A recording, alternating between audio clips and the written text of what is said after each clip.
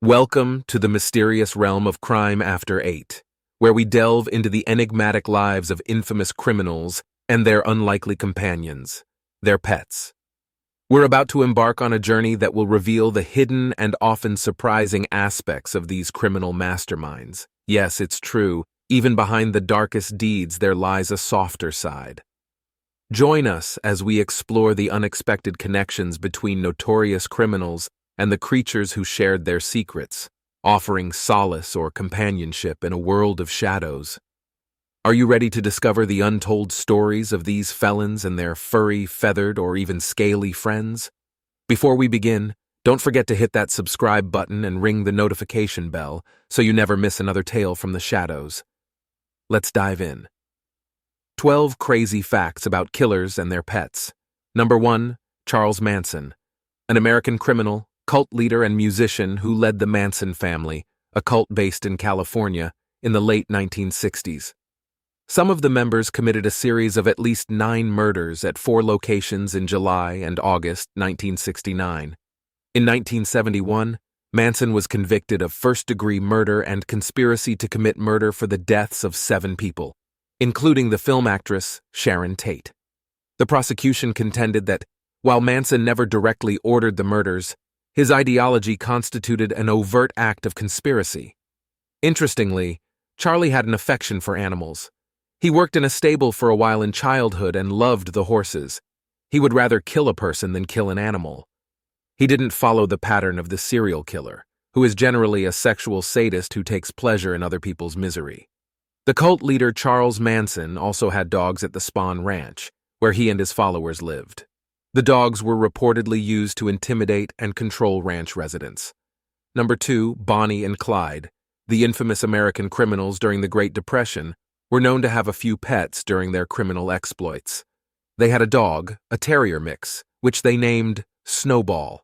Snowball often accompanied them on their criminal activities, becoming a sort of loyal companion during their tumultuous lives. While the focus is primarily on their criminal notoriety, their pet Snowball added a touch of humanity to the notorious duo's story. Number 3. Richard Ramirez, the infamous American serial killer and rapist known as the Night Stalker, had a Doberman pinscher named Jessie. Jessie was his loyal companion and sometimes considered a guard dog. While Ramirez was notorious for his heinous crimes, the presence of his pet Doberman offered a stark contrast to the darkness of his actions. Number 4. Al Capone. The infamous gangster Al Capone was known to have a soft spot for his family, and he owned a pet alligator that resided in his swimming pool at his Florida mansion. The alligator was named Mr. Gator. The notorious American gangster was also known to be a dog lover. He had a pit bull named Sonny, and was often seen with his pet. Number 5. Pablo Escobar. The notorious Colombian drug lord Pablo Escobar had a collection of exotic animals, including hippos, giraffes, and kangaroos, on his estate. His exotic pet collection was quite extensive and became a symbol of his extravagant wealth. In the 1980s, he smuggled 4 hippos from a wildlife park in Dallas, Texas, into his new exotic zoo east of Medellin, Colombia's second-largest city. They became part of his massive 2,000-hectare Hacienda Napoles ranch in Puerto Triunfo, which comprised a Spanish colonial house, a landing strip, many artificial lakes, roads, and even its own gas station. Escobar wanted a truly exotic wildlife park, so he also brought rhinos, elephants, giraffes, ostriches, and many more animals, calling it his own Noah's Ark. Number 6. John Gotti. Gotti, the notorious American mobster and head of the Gambino crime family, was known to have a few dogs during his lifetime. One of his well-known dogs was a German shepherd named Bobby. Gotti was quite fond of Bobby, and the dog was often photographed alongside him, showcasing a more personal and human side of the mob boss. While Gotti was deeply involved in criminal activities, his affection for his dog illustrated that even individuals involved in organized crime can have sentimental attachments to their pets. Number 7. Whitey Bulger, the Boston crime boss. James Whitey Bulger was known to have had a cat named Kittler as a pet during his time on the run. Number 8. Saddam Hussein. The former Iraqi dictator had a fondness for owning exotic animals, including lions and tigers, which were kept as part of his lavish lifestyle. Number 9, Myra Hindley, had a deep affection for her tan and white collie, known as Puppet.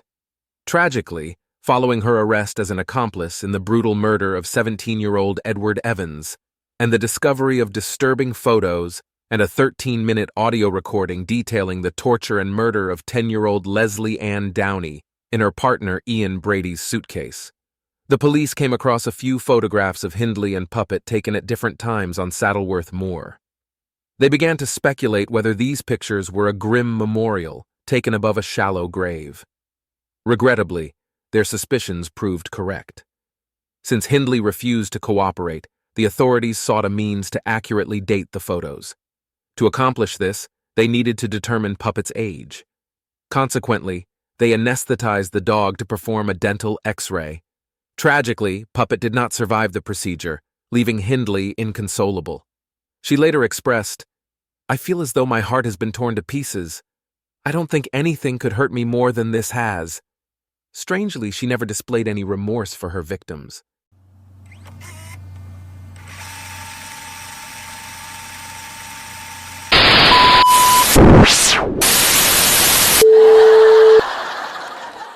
Number 10. Adolf Hitler. It appears paradoxical that an individual responsible for so much hatred, orchestrating the Holocaust and the deaths of 6 million Jews, could hold deep affection for his pets. Yet this paradox is a reality. Adolf Hitler had a genuine fondness for his dogs, which included the following: Füchsel, a white fox terrier whom Hitler discovered as a stray, cared for and raised during World War I. He was said to be heartbroken when Füchsel was lost during a trench bombing. Prince, a German shepherd who provided comfort to Hitler during his post-World War I years of poverty. Due to financial constraints, Hitler had to find a new home for Prince, but the loyal dog repeatedly escaped and returned to its loving master. There was also Muckel, another German shepherd, as well as Blonde and Bella, additional German shepherds brought into Hitler's company. Blondie, in particular, became famous for her close relationship with Hitler. On April 29, 1945, as the Soviet forces closed in on Berlin, Hitler made the decision to take his own life. Fearing that his SS-issued cyanide capsules might be ineffective, he instructed Dr. Werner Haase to test them on Blondie, who died instantly. Hitler was devastated by the loss of his beloved dog, and at his request, his dog handler was tasked with the heartbreaking duty of putting down Eva Braun's 2 dogs and Blondie's litter of puppies in the garden of the infamous bunker. Number 11. John Wayne Gacy. John Wayne Gacy's early life was marked by immense hardship, enduring both mental and physical abuse in a loveless household, overshadowed by the presence of his violent and alcoholic father. Amidst this turmoil, there was a glimmer of solace for young Gacy: his dogs. He had 2 canine companions during his pre-teen years, and one of them was a spaniel named Prince. As in a stark contrast, Gacy displayed deep emotional attachment to his dogs. Their deaths brought forth genuine sorrow, and he wept copiously for their loss. This emotional connection he shared with his dogs stands in stark contrast to his notorious lack of emotion or remorse for the victims of his heinous crimes. As with many of his contemporaries, Gacy wept copiously upon the death of both dogs, and yet showed no emotion for any of his victims. His final words weren't, "I'm sorry," but simply, "kiss my ass." Number 12. Jeffrey Dahmer. The early life of serial killer Jeffrey Dahmer was marked by a striking duality in his relationship with dogs. As a young boy, he held a deep affection for his own dog, a spaniel cross named Frisky. In the midst of his shyness, timidity, and loneliness, his dog became his most cherished companion, and this bond was acknowledged even by his father, who described the dog as his only friend. However, there was a disturbing contrast to this affectionate side of Dahmer. He displayed a dark and cruel streak as he callously impaled the heads of other dogs he found, as victims of roadkill on a stick, using them to frighten his neighbors. This troubling behavior hinted at the unsettling duality that would later emerge in Dahmer's character. The tale of Jeffrey Dahmer's connection with his dog, Frisky, underscores the complexities of his early life and the unsettling tendencies that foreshadowed the darkness that would come to define his later years. As we close the curtain on another intriguing episode, our journey into the lives of these criminals and their pets has been nothing short of fascinating, and we hope you've enjoyed the ride.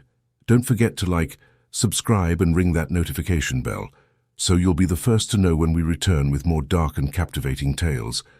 Until next time, remember, the shadows hold secrets, and we're here to bring them to light. Thanks for watching, and stay curious, my friends.